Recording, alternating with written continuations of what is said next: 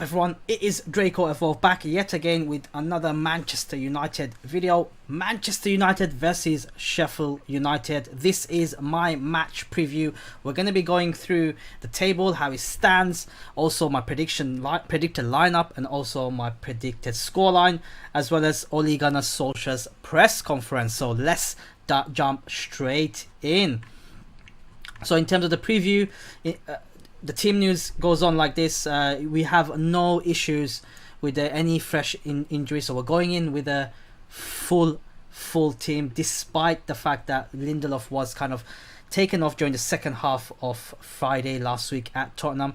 But Solskjaer has confirmed that he is fit to play, and Pogba is pushing for a start. We know how well he's been impressive the last game, you can say, but only long-term sort of absentees are Tuanzebe and Phil Jones.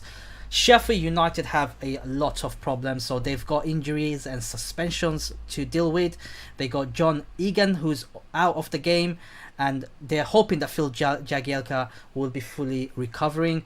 The big thing is goalkeeper, Manchester United goalkeeper, who's on loan to Sheffield United, is unable to play because of the loan clause. Like, he's not allowed to play, so it means they're without their best keeper, the one that has kept a lot of clean sheets for them. So it is fantastic, along with Jack O'Connell seems to be not available as well. Okay, right, so before we get into the next bit of news, what Ole Gunnar Solskjaer had to say, we're going to look at the table, right? So as it stands, this is the current table. Manchester United are currently lying in 5th. In our last 5 games, we've won 3, drawn 2. Sheffield United, who are currently on 7th, have in the last 5 games won 2, drawn 2, lost once. They lost in a heavy defeat against Newcastle last week, I believe, and they are currently sitting 44 points and we are on 46 points, which means if they get a result at Old Trafford, they will be going ahead in that elusive, exclusive 5th position, which is likely to be the last Champions League spot. If we do end up winning, then we will be kind of creating a huge gap between us and Sheffield United. Only Wolves, sort of the only other team, are on our tails. You can say we're only ahead of them by goal difference. Now, in my opinion, it's good that we do not have any fresh injury concerns, apart from Tuanzebe and Phil Jones, which we knew about.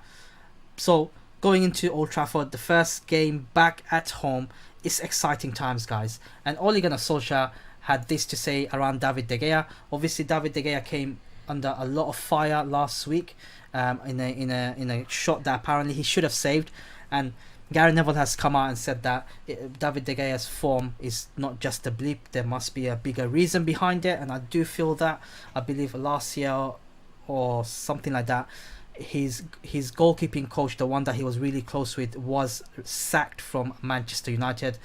According to reports, David De Gea's previous contract prior to the one that he has signed, he stated that specifically that he will use his own goalkeeping coach. In that case, the one that got sacked, I cannot remember the name, my apologies, guys. So that could be the case, could be playing in his mind, but Solskjaer came back and defended him, especially after what Roy Keane has said in last game.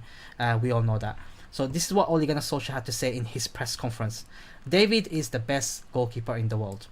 He's conceded 2 goals in the last 7 games he's played for us. There are 2 games against City, Chelsea, and of course Tottenham and Everton. 2 goals in 7 games. We've gone on a run not conceding goals. The Everton one is a freak one maybe. This one he cannot save. He makes great saves, he wins games for us, and I still think he's the best goalkeeper in the world. David's working really hard. He's not making errors that you see time and time again. He's been consistently working hard in training, and I'm very pleased with his work.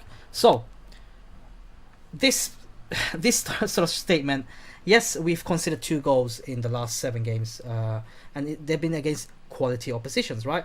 But the problem with David De Gea is that it's the inconsistency, you can say. There are major errors in him suddenly that has crept up in the last couple of seasons, at least. I think we can all see it. Whereas prior to the last couple of seasons, he has been so consistent for us. And that has kind of giving me a worry. Obviously, Ole Gunnar Solskjaer is gonna come out and defend him. That's his own player. Of course, he's gonna defend him. But there is something not fundamentally right in David De Gea's head. I'm not sure what it is. Could he have earned his last contract, which is a bumper 300k a week, that he's kind of switched off? Could it be the fact that his goalkeeping coach that he has a great relationship with has affected him because of the sacking? It could be a number of things. Could it be some training regimes that is different now compared to what he's been used to? We don't know. We don't know. But the reality remains that yes, we conceded very little goals last few games, but he has made mistakes after mistakes, especially this season. I think he's the only keeper that has made mistakes in the Premier League leading up to the goal. That is not something to be proud of course. And I was hoping that the journalists would throw that in Ole's face just to kind of reveal a bit of a tidbit. I'm sure Ole Gunnar Solskjaer and the staff at United are aware of this. But obviously, David De Gea is still our number one keeper, although Sergio Romero is a very, very good keeper. Remember, he's kept all his clean sheets in the last 6-7 games, if I'm not mistaken. I think it's fair that maybe David De Gea, if he makes another mistake, should drop him. There are mistakes in him, and there are silly mistakes in him, and that's the problem I have, and a lot of you guys I've spoken to have in regards to David De Gea. So Solskjaer has gone on to say something about Henderson as well. He said it's a different job to be playing for Sheffield United and for Manchester United. There's different, how do you say, he's got different roles. For me, the 2 years he's have been fantastic for his development. He's had to play with men, play against men. He's played in the Championship. He's also played now behind a team that's played fantastic football and exciting football. And as the stats show, he's proven worthy of quite a few points at this stage. He's learning all the time. He's a passionate goalkeeper that wants to be the best. So he's developing. He's got good coaching there. I think one day he'll be England number one and Manchester United number one. And it's up to him to keep developing. So, a lot of praise for Dean Henderson, and rightly so. I think Dean Henderson coming back next season potentially will certainly give David De Gea a run for his money, especially if he brings his form in from Sheffield United, because he's been one of the most outstanding players in the league so far. But Ole Gunnar Solskjaer did kind of make big statements that one day he's going to be England number one and Manchester United number one, and I do believe that he's still young, for a keeper at that age. They're very, very young. Keepers can go on for years. David De Gea is going into 31, if I'm not mistaken, sorry. So there is a chance that he will start to dip a little bit more over the next 4 or 5 years, but Dean Henderson will always be there to back it up. And what a way to back it up, in a sense that he's one of our own youth players as well, which is fantastic at the same time.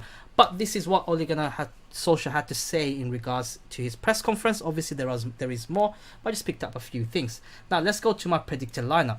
Okay, ignore the shirt colors. I don't know how to change just the shirt colors, but I reckon we're going to go for a 4-3-3, the usual 4-3-3 that we are aware of. Don't worry about the shirt numbers as well, guys. It's not that important. So let me just set this up. So, right.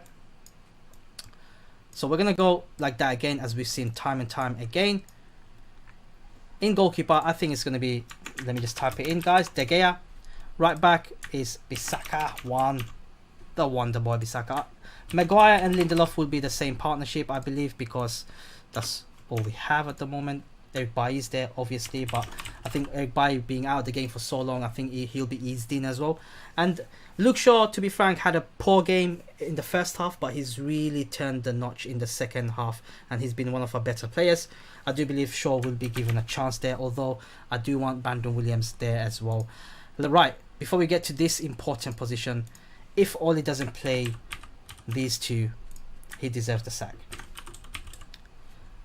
If he doesn't play these two, he deserves the sack for me. I mean, and then we were all pissed off by last time what happened where he didn't start Pogba, and the way Pogba came on and literally turned the whole game.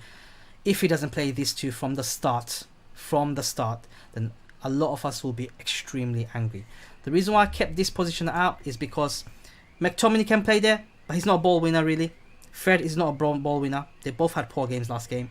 I do believe that Ole Gunnar Solskjaer is going to go for the experienced head of Matic, who also can tackle better than McTominay and Fred at this stage. I think we're going to go and see Matic to bring a bit of balance, because Matic is more of a defensive-minded player, whereas McTominay and Fred are not. Their natural instincts is to go forward or roam around lateral spaces, whereas Matic can happily sit here and is comfortable in sitting here compared to these players. I think that's what's going to happen. That's going to be my midfield three of choice. Left side is going to be Rashford. Okay. Right side, I do want to say James, but I think it's going to be Greenwood. I think the reason why I say it's going to be Greenwood is because Sheffield United is probably going to defend a lot of the games and probably hit us on the counter-attack, which means that we cannot get them on the counter-attack. They're probably going to be defending deep. Dan James works best when teams are defending really high up the pitch, so he has the pace to run up and get away easily, right? Whereas Greenwood has the trickery that, you know, we don't know whether he's going to shoot from left or right. He's got a bit of a passing range. He can dribble as well on lateral spaces, vertical, horizontal. He can dribble around, and maybe he's the type of player that can unlock defenses from this side. Obviously, we're gonna have Bruno and Pogba. Hopefully, can unlock defense as well. But it would be nice to have someone like Greenwood who can do that sort of damage up front. Up front, I think it's gonna be our number one. It's gonna be Martial. Obviously, I would love to see Ighalo come in. I think he's going to cause a lot of problems to the two centre-backs. But we've seen how Martial struggled in the first half against Spurs. But in the second half, he came alive only because Spurs had Bruno and Pogba to deal with rather than just Bruno to deal with, right? So marking, and Bruno was trying to do too much in my opinion in the first game. He was trying to do too much, but as soon as Pogba came on, I think a lot of pressure got lifted off him, and Spurs didn't know who to mark because both are quality players, and that allowed Martial to find spaces, knowing that these two will make the passes. And you know, I still believe Martial should have scored at least one goal, but I think with the combination of Pogba and Bruno, I think that's what's going to exactly happen with Martial. I think he's going to get a goal. Speaking about goals, my predicted scoreline, it is going to be 2-0, I believe, to Manchester United. I think we are going to be too tough for Sheffield United. You know, despite the way that Sheffield United have been performing, one of the best players, certainly a goalkeeper position as well, what an important position, is not going to be playing this game. And I think that's a big blow for Sheffield United. We are at Old Trafford, and judging by the last 20-30 minutes, what we've seen at Spurs, the way we parried and pushed them right back and made them really park the bus, and with Pogba, Bruno and potentially Rashford, Martial all firing, I think it's going to be a comfortable 2-0 victory. I do hope it's going to be a 2-0 victory. We are good in keeping clean sheets, especially in the last 7 games, as Oli has said, but I believe we're going to keep a clean sheet, especially with Matic, with a natural centre defensive player being in and around the box. But guys, as always guys, let me know your thoughts in the comments below. What do you think the scoreline will be? Will we be seeing Bruno and Pogba, or is it going to be Fred and Bruno or Fred and Pogba? Let me know your thoughts in the comments below. As always guys, I'll catch you guys in tomorrow's review, and stay farafari.